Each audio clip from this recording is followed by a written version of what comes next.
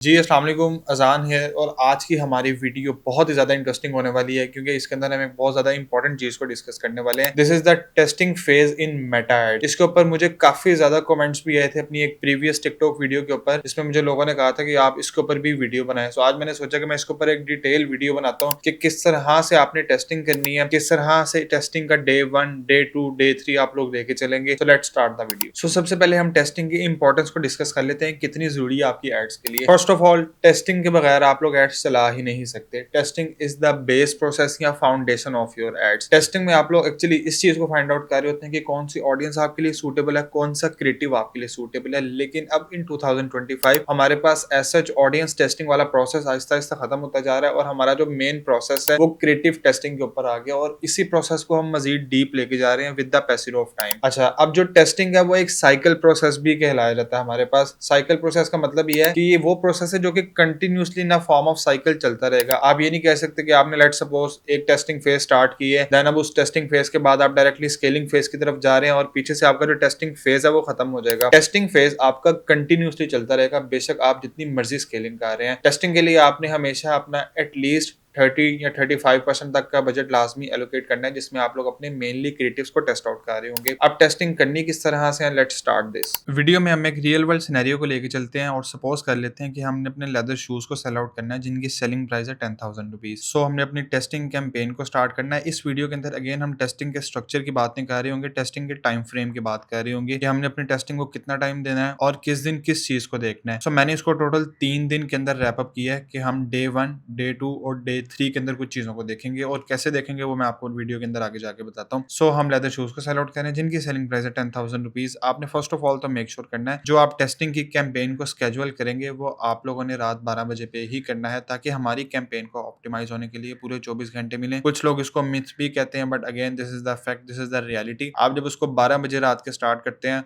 और अगले रात 12 बजे तक आपकी कैंपेन चलती रहती है तो उसको पूरे 24 घंटे मिलते हैं और वो प्रॉपर्ली ऑप्टिमाइज होती है और प्रॉपर्ली अपना बजट स्पेंड करती है। ऐसे नहीं होता कि फॉर एग्जांपल आपने उसको शाम 4 बजे अपना बजट एलोकेट किया है तो वो रात को 12 बजे तक ही आपका बजट स्पेंड कर देती है। तो make sure you start at 12 AM so that आपकी कैंपेन को पूरे 24 घंटे मिले। होप सो ये पॉइंट क्लियर हो गया, इट्स सिंपल। अच्छा, नेक्स्ट जब आपने चीज़ों को चेक करना है वो पूरे 24 घंटे के बाद चेक करना है। 24 घंटे से पहले आपने अपनी कैंपेन को नहीं देखना, उसको सिंपली चलने दें, कम से कम उसको 24 घंटे दें। फिर अपने एड्स मैनेजर का डैशबोर्ड ओपन करें और उसके अंदर आपने आके इन 3 चीज़ों को देखना है, जिसे हम अपने सेकेंडरी मैट्रिसेस भी कहते हैं, जो कि हमारे पास आ जाता है सीपीसी, सीपीएम एंड सीटीआर। क्योंकि CPC stands for cost per click, CPM stands for cost per 1000 impressions and CTR stands for click through rate. अच्छा, अब ये हमारे पास अगेन सेकेंडरी मैट्रिसेस आ जाते हैं। इनको कोई स्पेसिफिक नंबर अचीव करना है या इनका कोई स्पेसिफिक एक कॉस्ट अचीव करना वो हमारा मकसद नहीं है, बट इनका भी एक रोल होता है आपकी कैंपेन्स को एनालाइज करने में। हमने देखना कि एक क्लिक हमें कितने का आ रहा है। अगर हम एक क्लिक की बात करें तो पाकिस्तानी मार्केट के हिसाब से it can be around 25 rupees, 20 rupees, sometimes 30 rupees as well. But मैंने आपको कोई फिक्स इसलिए नहीं बताया क्योंकि मार्केट या नीश, इन 2 चीज़ों के ऊपर भी ये चीज़ डिपेंड कर रही होती है। आपकी प्रोडक्ट टू प्रोडक्ट भी ये चीज़ डिपेंड कर रही होती है। सो सीपीसी वेरी करता है, ठीक है। मैंने आपको एक नंबर बता दिया कि ये नंबर अगर आपका आ रहा है तो ओके, आप इसको चलने दें, ठीक है। डे 1 की अगर मैं बात कर रहा हूँ। अच्छा, सीपीएम की अगर हम बात करें तो सीपीएम आपको कितना होना चाहिए, ये तो सबसे ज़्यादा वेरी करता है। आपकी प्रोडक्ट टू प्रोडक्ट बहुत ज़्यादा वेरी करता है। समटाइम्स आपने नोट किया होगा या मैं खुद भी अपने एक्सपीरियंस से आपको बता सकता हूँ कि जो फैशन की कैटेगरी है उनके अंदर सीपीएम्स थोड़े से हाई होते हैं।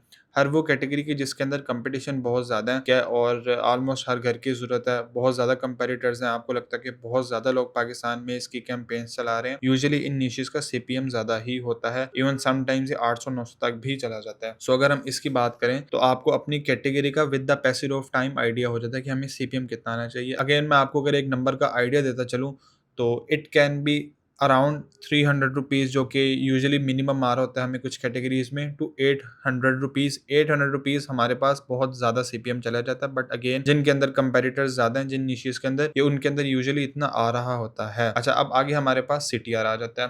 सो सीटीआर का सिंपली मतलब होता है क्लिक थ्रू रेट, कि हमारी ऐड के ऊपर क्लिक कितने लोगों ने किया है। ये आपका कम से कम भी 2.5% होना चाहिए लाजमी, ठीक है। बहुत भी नीचे चले जाएं तो 2% तक होता है, but 2.5% is a good minimal amount, ठीक हो गया।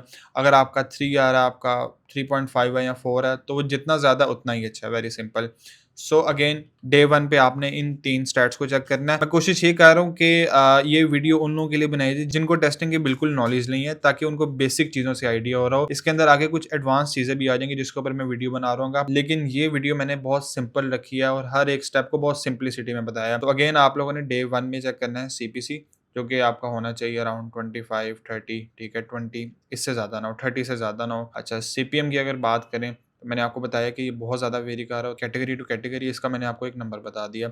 सीटीआर का मैंने आपको बता दिया कि 2.53 या बहुत मिनिमम 2 होना चाहिए, इससे कम ना हो। ठीक हो गया? सो ये जो मैंने आपको नंबर्स बताए हैं, अगर आपको लगता है कि 24 घंटे गुज़रने के बाद आपको परचेज़ तो कोई नहीं है, ऐड टू कार्ट वगैरह भी कोई नहीं आया, उसकी खैर है। लेकिन ये जो मैंने आपको नंबर्स बताए हैं, वो आपके बहुत बुरे जा रहे हैं। मतलब सीपीसी आपका बहुत ज़्यादा हाई चला गया, सीपीएम बहुत ज़्यादा हाई है, सीटीआर बहुत ज़्यादा लो है, मतलब 0 पॉइंट समथिंग में चला गया या 1.5 है, या ओवरऑल 2 से कम सीटीआर जा रहा है, और आपके जितने ये सेकेंडरी मैट्रिसेस हैं, ये अच्छा परफॉर्म नहीं कर रहे, देन आप अपने एड सेट को या अपनी कैंपेन को ऑफ कर सकते हैं।